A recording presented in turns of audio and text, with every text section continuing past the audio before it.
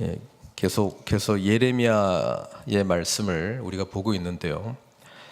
예레미야 선지자의 별명이 눈물의 선지자죠. 그래서 정말 그 마음에 애통함이 있었습니다. 특별히 하나님께서 선택하신 이 선민 백성이 정말 하나님 앞에 온전히 나아가지 못하고 죄 가운데 있다라고 하는 그 사실, 그리고 아무리 회개하라고 외쳐도 말을 전혀 듣지 않는 백성들의 모습을 향해서 정말 애통함이 있었고, 무엇보다도 하나님의 도성인 예루살렘이 결국 이제 멸망하게 될 것을 예언했을 뿐 아니라 멸망하는 것까지 직접 목도했던, 그리고 정말 오늘 본문에 나왔던 것처럼 이 귀한 땅을 내게 주리라, 우리 하나님께서는 그렇게 약속하셨던 그 약속의 땅에서 이제 쫓겨나는 그 장면까지 다 지켜봐야 했던, 정말 그 민족을 향한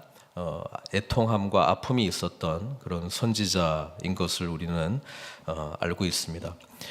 특별히 오늘 본문은 계속해서 지금 유다 백성들을 향해서 당신들은 정말 죄 가운데 있고 회개해야 된다라고 하는 이야기를 계속 하고 있습니다. 어제 본문에서 조금 연결되는 게 오늘 내용인데요. 특별히 이제 북이스라엘의 역사적인 어떤 예들을 보여주면서 오히려 그들이 지금 남쪽 유다의 그 배역한 것보다 더 의롭다라고 할 정도로 그만큼 지금 남쪽 유다의 죄가 심각하다라고 하는 것을 이야기를 해주고 있습니다. 그러면서 간간히 하나님께 돌아올 것을, 죄를 자복하고 돌아올 것을 계속 이야기하고 있는 것이죠. 그런데도 이제 깨달음이 없는 것입니다. 그 배경을 가지고 오늘 본문의 말씀을 좀 깊이 보려고 합니다. 19절에 내가 말하기를, 하나님께서 예레미야 선지자를 통해서 이제 말씀하시는 거죠. 뭐라고 하나님께서 말씀하셨냐면은, 내가 어떻게 하든지 너를 자녀들 중에 두며 허다한 나라들 중에 아름다운 기업인 이 귀한 땅을 내게 주리라 하였고, 그러니까 하나님께서 결국 원하셨던 것이 무엇입니까? 아담과 하와가 범죄하고 난 이후에 아브라함이라고 하는 믿음의 조상을 통해서 이삭과 야곱, 그리고 12자녀, 그리고 12지파가 되는 이 모든 과정을 하나님께서는 다 지켜보고 계시지 않았습니까? 그러면서 결국 하시고 싶었던 건 뭐냐면은 하나님의 자녀 삼고 싶으셨다는 거예요. 죄 때문에 하나님과 완전히 단절되어 있던 온 인류를 향해서 그 한 민족을 선택하시고 그 하나님의 자녀가 된다라는 것이 얼마나 복된 것인가, 그리고 그 복된 것을 보여주면서 온 세상 열방의 모든 나라들도 하나님께 돌아올 것이다 라고 하는, 하나님께 돌아와야 될 것이다 라고 하는 그 메시지를 전해주는 그런 사명 있는 민족으로 선택하시기를 기뻐하셨다라고 하는 것입니다. 그게 우리가 바라보는 이스라엘 백성들의 역사거든요. 그래서 하나님은 정말 처음부터 깨어졌던 이 하나님과 우리 인간의 관계를 회복하시기를 원하셨는데, 그 회복의 그 내용 중에 이런 표현을 하는 거예요. 나는 너희들의 아버지가 되고 너희는 나의 사랑받는 자녀. 그러니까 자녀들로부터 이 아빠 대신 하나님께서는 어떤 이야기를 듣고 싶냐면 아빠, 이 이야기를 듣고 싶다는 것입니다. 근데 이 이야기를 듣기 위해서 하나님께서는 한 민족을 선택하셨고 그들에게 약속을 주시고 언약 백성을 삼아 주시고 하나님의 가족이 되기 위해서 어떤 삶을 살아야 될지를 이렇게 쭉쭉쭉 다 율법의 말씀을 통해서 가르쳐 주셨는데 그것을 누리지 못하고 있다라고 하는 이야기죠. 게다가 하나님께서는 구별된 약속의 땅, 그렇죠? 약속의 땅, 아름다운 기업인 이 귀한 땅을 내게 주리라. 이게 이제 하나님께서 하시려고 했던 거죠. 왜냐하면 하나님을 아빠라고 부르는 아버지와 자녀의 관계 속에서 주어진 이 땅은 이제 옛날 완전히 깨졌던 에덴 동산의 회복을 이야기를 하고 있고, 신약의 개념으로는 하나님의 나라가 다시 세워져 가는 것을 이야기하고 있거든요. 그러니까 그게 이제 안 되고 있는 것입니다. 그래서 우리는 이 대목 속에 우리가 예수님을 통해서, 사실 오늘 본문은 정말 이 죄 때문에 이렇게 될 수밖에 없는, 정말 하나님 앞에 온전히 나아갈 수 없는 인간의 처절한 죄 가운데의 모습을 아주 적나라하게 그리고 깊이 있게 다루고 있다면, 우리는 예수 안에서 이 부분들이 해결받은 자라고 하는 그런 감사함이 한 절 한 절 읽을 때마다 깊이 묵상되어야 된다고 하는 것입니다. 우리는 어떤 존재들입니까? 우리는 이 아름다운 기업인 하나님의 나라를 유업으로 받는 그런 상속자들이 되었다라고 하는 것이죠.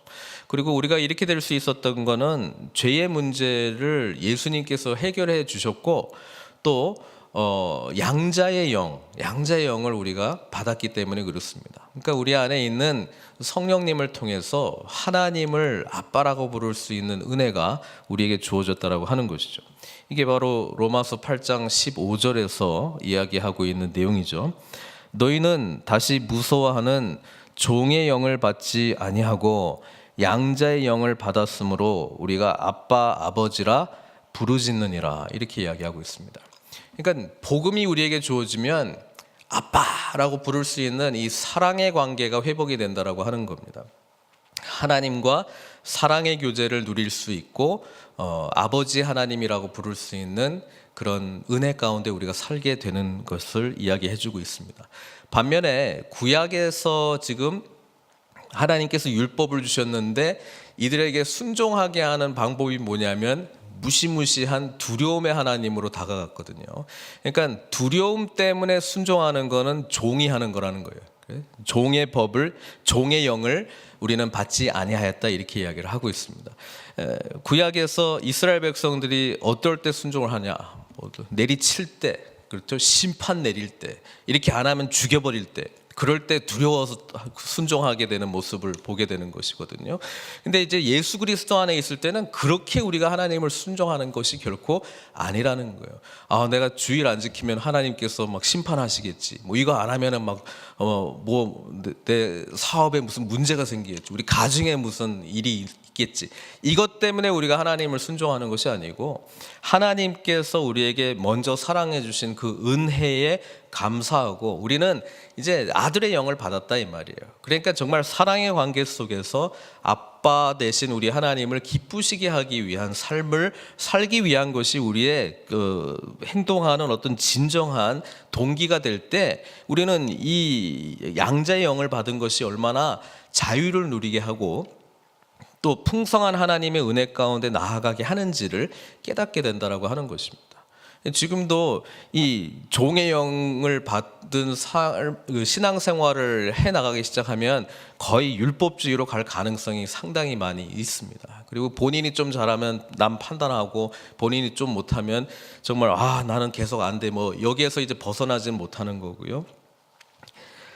양자의 영을 받았다라고 하는 것은 우리가 하나님으로부터 전인격적인 용납을 받았다라고 하는 것입니다. 용서를 받았다라고 하는 것이기 때문에 잘못하면 잘못한 모습대로 아빠 대신 그 하나님의 사랑을 사모하면서 다시 가고, 그 사랑 안에서 회복이 되고 치유가 되고 더 그 사랑을 받은 자로서의 삶을 살기 시작한다라고 하는 것이죠. 그래서 이 이야기를 지금 예레미야 선지자의 이 말씀 속에 사실 다 담겨져 있다고 볼 수 있습니다.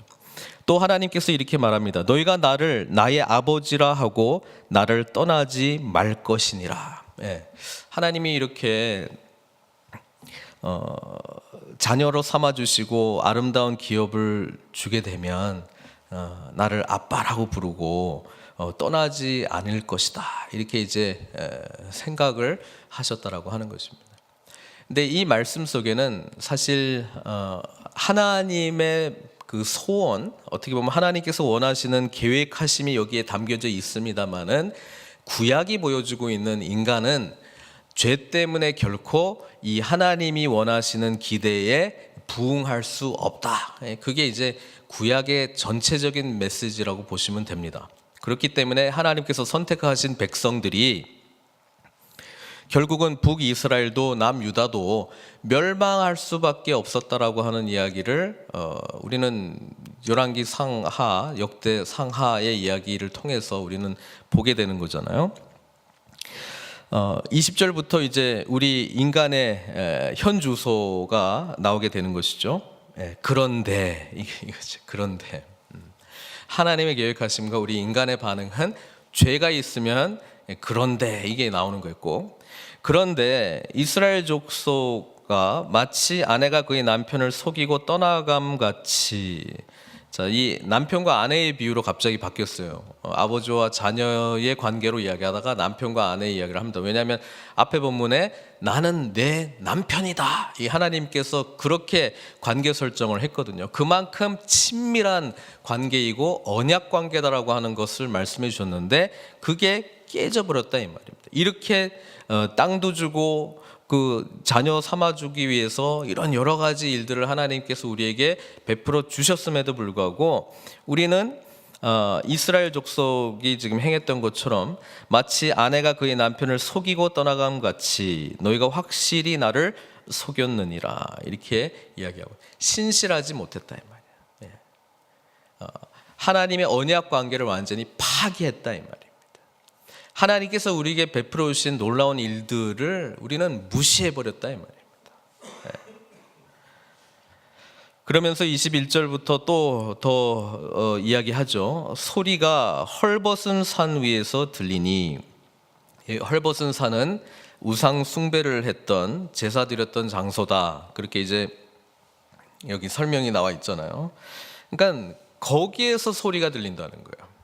하나님 앞에서 소리가 들리는 것이 아니고 우상 숭배 앞에서 소리가 들린다는 거예요. 우상 숭배하는 그 현장에서 소리가 들린다는 거예요. 곧 이스라엘 자손이 애곡하며 간구하는 것이라. 굉장히 재미있는 표현입니다. 여러분, 현대 사회는 하나님 아닌 것을 우리가 더 사랑하고 그게 우리의 어떤 뭔가 삶을 움직이게 하는 동기가 된다면 그게 다 우상이 되는 거거든요. 뭐 예배 드리고 뭐 하나님 일 섬기고 할 때는 뭐 내가 몸이 괜찮으면 예를 들어서 뭐 일어나고 좀 힘들면 못 일어나고 뭐 가고 싶지 않으면 뭐 안 가고 뭐 이렇게 하는데, 뭐 예를 들면 직장은 무조건 그냥 뭐 아프든지 뭐든지 이런 식으로 간다고 했을 때 우리 좀 생각해봐야 할 게, 나의 삶을 움직이는 모티베이션은 과연 뭐냐? 내가 잘 모르는 사람의 어떤 이야기를 좀 안 됐는데 우리 가족과 관련된 일이 일어날 때는 뭐 그냥 뭐 당연한 거예요. 당연한 거. 근데 이제 우상 숭배라고 하는 내용으로 들어가려면은 이게 가장 상위에 있는 내용이 되는 것입니다. 그렇죠? 우리는 많은 경우에 우리가 가지고 있는 우상들을 못 볼 가능성이 많이 있습니다. 지금 예레미야 선지자의 이 말씀을 쭉 보면서 제가 느끼는 게 뭐냐면 계속 이야기하는데 못 알아듣는 백성들의 모습이 나오거든요. 그게 무슨 이야기냐면은 자기는 전혀 그렇지 않다라고 생각하고 있기 때문에 안 들어오는 거예요. 이게 자기 기만인데요. 자기 기만처럼 참 무서운 게 없다라고 하는 생각이 듭니다. 뭐냐 하면 하나님이 보시기엔 너무 뻔해요. 근데 내가 보기에 나는 괜찮은 거예요. 그러니까 이러니까 말씀이 안 들어오는 거예요. 이거를 깨기 위해서 참 하나님께서 아주 그냥 백성 전체를 그냥 심판하시는 이제 무리수를 두는 거를 이제 보게 되는데요. 그래서 우리 신앙생활을 할 때 정말 하나님이 바라보시는 나는 지금 어디에 있는가를 직시하는 거. 그러니까 이러자니 기도 가운데 우리가 열린 마음으로 성령님 깨닫게 해주십시오. 성령님 깨닫게 해주십시오. 제가 지금 어디 있습니까? 제 마음이 지금 어디에 있습니까? 혹시 제가 모르고 숭배하는 우상들이 있습니까? 제가 모르고 제가 통치하고 있는 영역들이 여전히 존재하고 있습니까?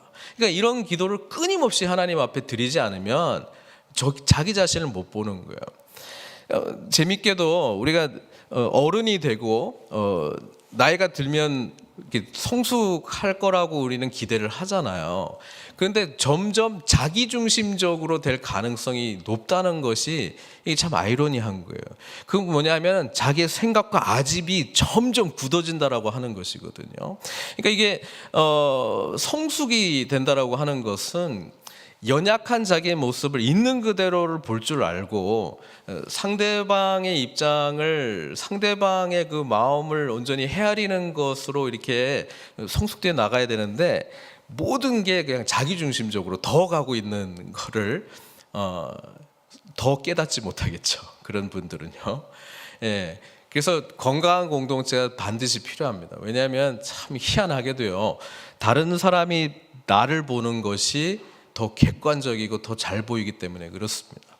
그래서 우리는 늘 이 건강한 공동체 속에서 서로에게 우리가 어디에 있는가, 무엇이 지금 좀 부족한 부분이 보이고 있는지, 그런 관계들을 맺으면서 신앙생활을 하지 않으면 정말 홀로 주님 만나가지고 승리한다라고 하는 것이 굉장히 이게 자기 생각과 아집에 빠져들 가능성이 부단히 높다라고 하는 것을 말씀드리고 싶습니다. 지금 이스라엘 백성들이 그렇게 했다는 거예요. 그들은 통곡하고 애곡했습니다. 어디에? 종교 생활이 있는 이 헐벗은 땅에서요. 자, 그들은 우상들을 섬기면서 왜 이런 일들이 일어났는가 막 슬퍼하고 막 간구하고 있었습니다. 여러분, 우리가 뭐 앞에서 슬퍼합니까?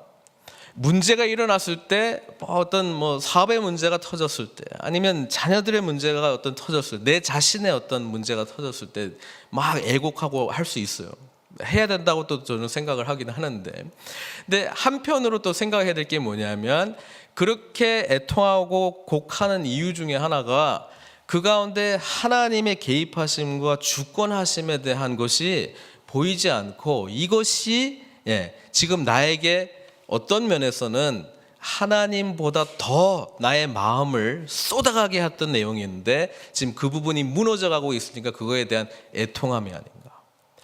우리가 하나님과의 관계 속에서 얼마나 애통하는 부분들이 있는가, 이 관계에 깨진 부분에 대한 애통함이 과연 있는가, 하나님의 몸된 교회다움이 교회답지 못한 것에 대한 애통함이 있는가, 하나님의 통치가 이루어져야 되는 이 모든 영역 속에서 그렇지 못한 것에 대한 애통함이 있는가, 관계가 온전히 회복돼야 되는데 복음 안에서 그렇지 못한 것에 대한 애통함이 있는가.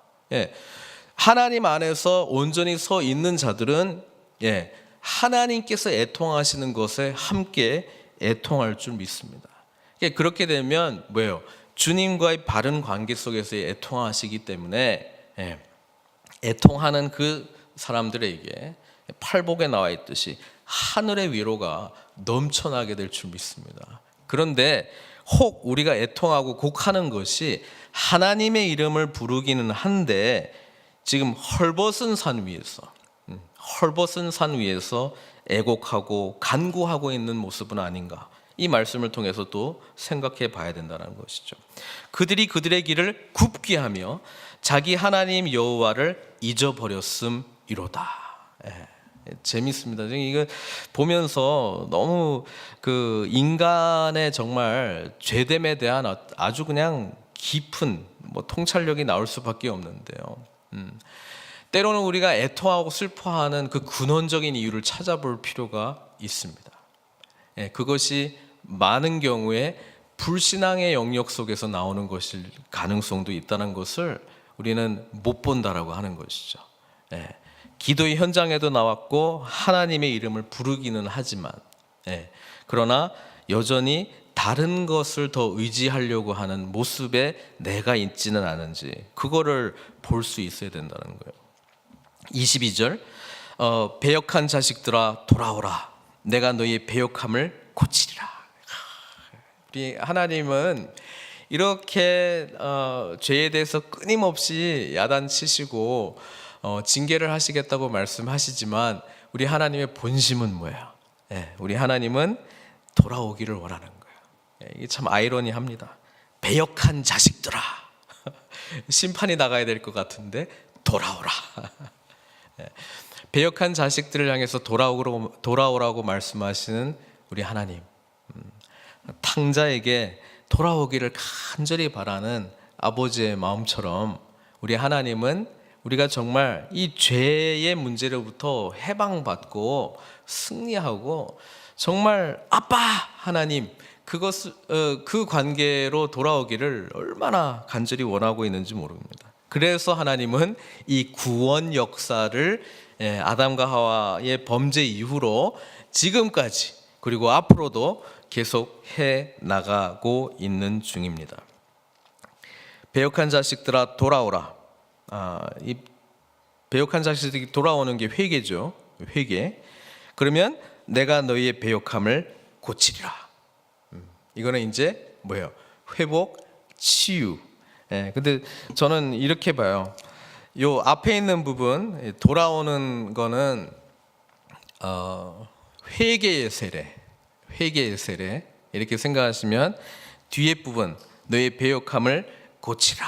이거는 성령의 세례에 해당되는 영역으로 이해하시면 좋을 것 같습니다. 자, 우리 돌이키는 거요. 돌이키는 거. 하나님 앞에 내가 돌아가겠습니다.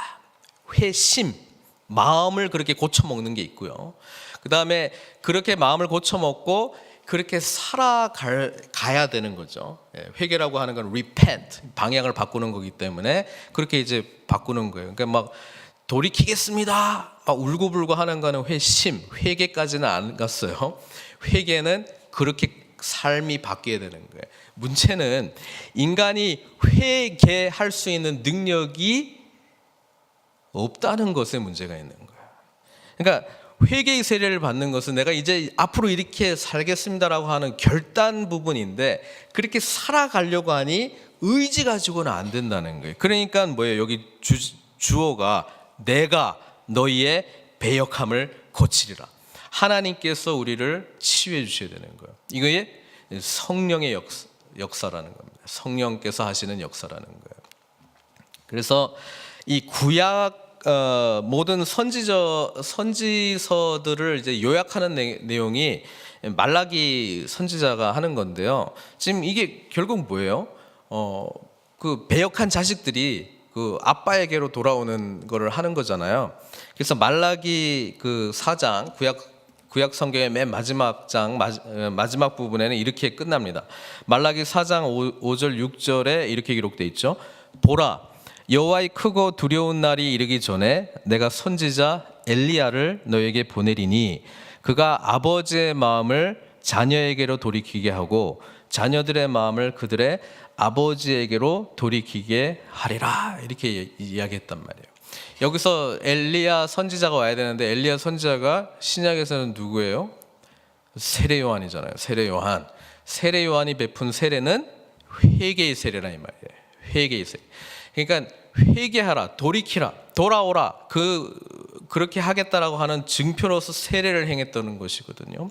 근데 이 세례를 행하면서도 나보다 더 위대하신 자가 올 것이다. 그렇죠? 나는 물로 세례를 주는데 그분은 불로, 불세례, 성령 세례를 주시겠다고 말씀하셨잖아요. 왜냐하면 그렇게 성령으로 받는 세례를 예수님께서 주시지 않으면 우리가 돌이켜가지고 살아갈 수 있는 능력이 없기 때문에 그런 거예요. 그렇죠? 구약에서도 이미 하나님께서 하시고자 하는 것이 그냥 또다시 큰 두려움을 해가지고 나 이제 이러면 난 죽는 거구나 해가지고 나 이렇게 살면 안 되지, 종의 영을 주는 것이 아니고 완전히 그냥 내 안에 있는 내부를 그냥 처음부터 그냥 완전히 새로운 마음을 주시겠다. 그리고 이제 하나님의 법을 살아갈 수 있는 그런 마음을 완전히 개조해 주겠다. 완전히 그 heart transplant를 하겠다라고 하는 것을 말씀해 주잖아요. 그래서 예레미야 선지자 전체에 핵심 구절이 있어요. 31장 31절부터 33절인데요.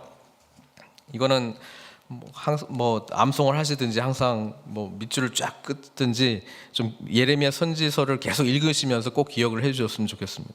여호와의 말씀이니라. 보라, 날이 이르리니 내가 이스라엘 집과 유다 집에 새 언약을 맺으리라.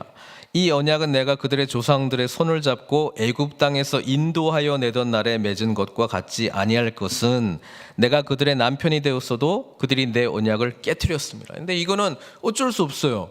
우리 죄된 인간이 하나님의 이 언약의 말씀이 뭔지를 알아도 그것을 살아낼 수 있는 능력이 없기 때문에 그렇습니다. 여호와의 말씀이니라. 그러나 그날 후에 내가 이스라엘 집과 맺을 언약은 이러하니 곧 내가 나의 법을 그들의 속에 두며 그들의 마음에 기록하여 나는 그들의 하나님이 되고 그들은 내 백성이 될 것이라. 이렇게 이야기를 하고 있습니다. 그래서 예레미야 31장에 나오는 이 내용 굉장히 중요하고요. 또 이것과 쌍벽을 이루는 에스겔 선지자의 말씀도 꼭 알고 있어야 돼요. 36장 26절 27절입니다. 에스겔 선지자는 이 똑같은 내용을 이렇게 설명을 해요. 또 새 영을 너희 속에 두고 새 마음을 너희에게 주되 너희 육신에서 굳은 마음을 제거하고 부드러운 마음을 줄 것이며 또 내 영을 너희 속에 두어 너희로 내 율례를 행하게 하리니 너희가 내 율례를 지켜 행할지라. 이렇게 되어 있습니다. 그러니까 율례를 지켜 행하게 하는 하나님의 영을 우리에게 부어 넣어 주시겠다 이 말이에요. 그게 예수님께서 오셔가지고 주시는 뭐예요? 성령의 그런 세례로 이해하시면 된다 이 말입니다. 그래서 사도 베드로가 오순절날 성령 충만해가지고요. 성령 충만해가지고 지금 2장에 그 설교를 하잖아요. 설교를 쫙 하잖아요. 그때 백성들이 그 이야기를 듣고 마음이 찔렸습니다. 제가 그 본문 읽겠습니다. 사도행전 2장 37절 38절. 그들이 이 말을 듣고 마음에 찔려 베드로와 다른 사도들에게 물어 이르되 형제들아 우리가 어찌할꼬 이렇게 묻잖아요. 그때 베드로가 이렇게 이야기합니다. 너희가 회개하여 자식들아 돌아오라. 회개하여 각각 예수 그리스도의 이름으로 세례를 받고 죄 사함을 받으라. 그리하면 내가 너의 배역함을 고치리라. 요 내용에 해당되는 거요. 그러면 뭘 선물로 받아요? 성령의 선물을 받으리니. 이렇게 되어 있습니다. 그래서 우리가 성령의 선물을 받게 되기 때문에 이제는 치유와 하나님의 말씀대로 살아갈 수 있는 능력이 주어진다는 거예요. 그래서 우리가 이렇게 되는 거죠. 근데 가끔이 아니고 자주 난 그렇게 못해. 못하기 때문에 더 열심히 해야지로 가면 안 되고요. 회개의 자리로 다시 가야 돼요. 회개의 자리로요.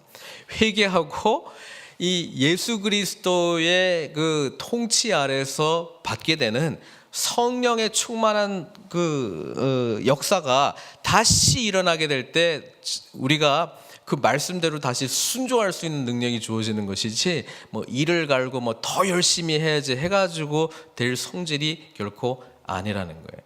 그러니까 그러다 보면은 늘 회개의 자리로 돌아올 수밖에 없는 우리의 정체성과 경향성이 나타날 수밖에 없죠. 그래서 이 내용을 사도 바울은 날마다 죽노라라고 표현했습니다. 날마다 십자가 앞에서 내가 그리스도와 함께 죽고 그리스도와 함께 부활한다라고 하는 표현으로 그렇게 한 거예요. 그러니까 우리도 하루를 시작할 때 순간순간 예수 그리스도의 십자가의 죽으심과 부활을 붙들지 못하면 하나님의 말씀대로 우리가 살아갈 수 있는 그게 주어지지 않는다라고 하는 것입니다. 그래서 늘 성령님을 의지하는 걸 배워야 되는 거예요. 성령님을 의지하는 것을 배워야 되는 거예요.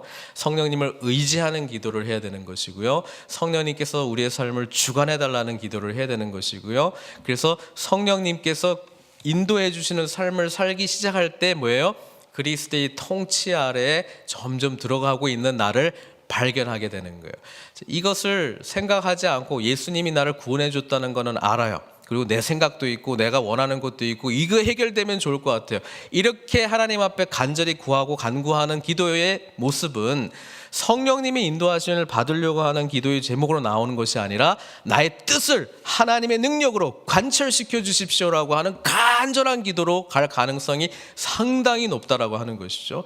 기도는 열심히 하는데 그리스도의 통치하고는 반대 방향으로 가고 있는 거예요. 이것을 보지 못하면서도 뭐예요? 신앙생활 열심히 하고 있다고 이야기합니다. 왜? 종교심은 강하니까. 기독교 신앙은 종교심이 강한 게 중요한 것이 아니고요. 그리스도의 통치 아래서 성령님의 인도하심을 받는 것이 더 중요합니다. 그것은 종교심에서 나오는 것이 아니고요. 그리스도를 전인격적으로 만날 때 가능할 수밖에 없는 일이에요.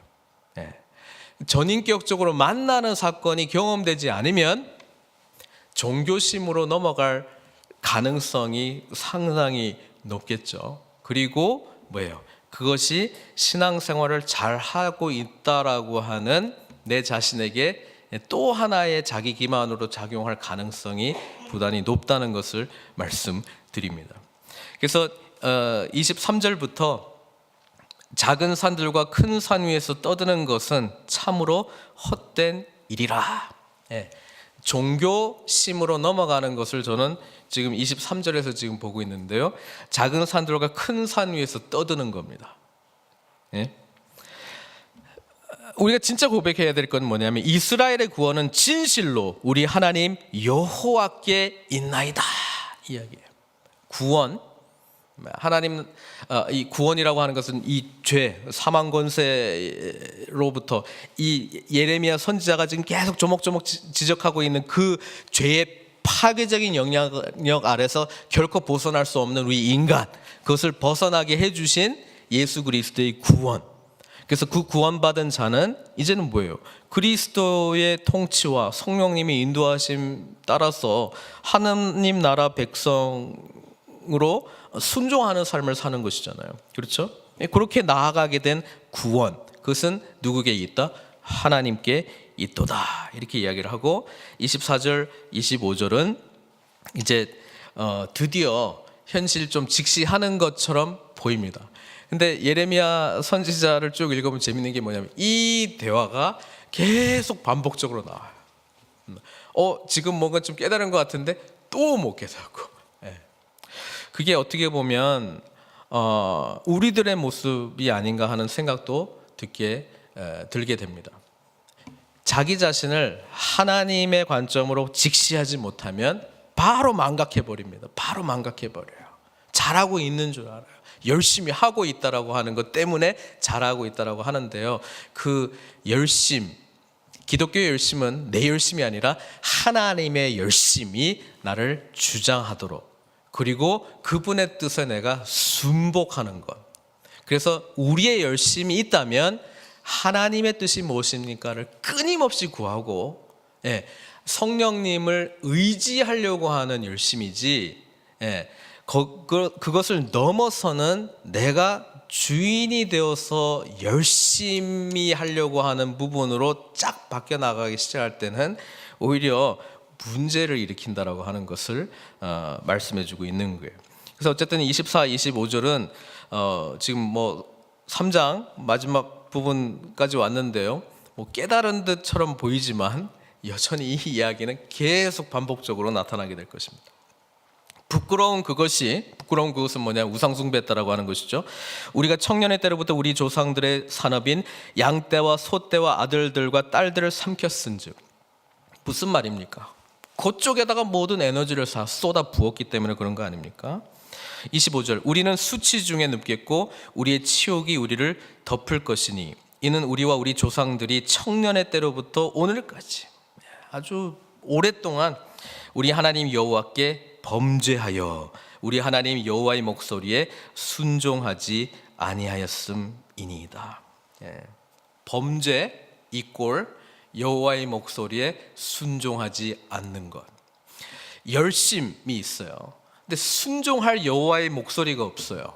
그러면 내 생각대로 할 열심으로 가지 않겠습니까? 그러니까 기독교 신앙은 뭐예요? 주님의 음성을 듣는 것에서 모든 것이 시작이 되는데, 주님의 음성은 어떻게 들려요? 주님과의 관계가 회복된 자에게만 주님의 음성이 들리지 않겠습니까? 말씀을 사모하는 자에게 들리지 않겠습니까? 성령님의 영을 의지하는 자에게 들리지 않겠습니까? 예, 그런 겁니다. 그래서 여기서 말하는 범죄가 결국 여호와의 목소리가 들리지 않았다라고 하는 것이고요, 또 설령 들렸을지라도 거기에 순종하지 않은 것이라고 하는 것을 말씀해주고 있습니다. 사랑하는 성도 여러분, 우리는 다 연약한 자입니다. 그래도 하나님의 은혜 때문에 이 자리에 앉아서 함께 예배드리고 찬양하고 기도할 수 있는 뭐예요? 양자의 영을 받은 자들이 저와 여러분들임을 믿습니다. 그렇다면 오늘 기도하실 때 주님의 음성을 들으시고 사모하시고 성령님의 인도하심에 귀 기울이고 정말 우리 전 삶의 영역이 그리스도의 온전한 통치 가운데 나아갈 수 있는 그 은혜를 함께 누리시기를 주님의 이름으로 축원드립니다. 같이 기도하겠습니다. 오늘 예레미야 선지자의 이 짧은 말씀 속에 기독교 신앙의 어떤 깊은 교리적인 내용들도 담겨져 있고요, 우리가 믿는다는 것이 무엇인가 라고 하는 것에 대한 말씀들도 구구절절히 들어 있을 뿐 아니라 죄가 얼마나 파괴적인가 라고 하는 것을 정말 깨닫게 해주고 있습니다.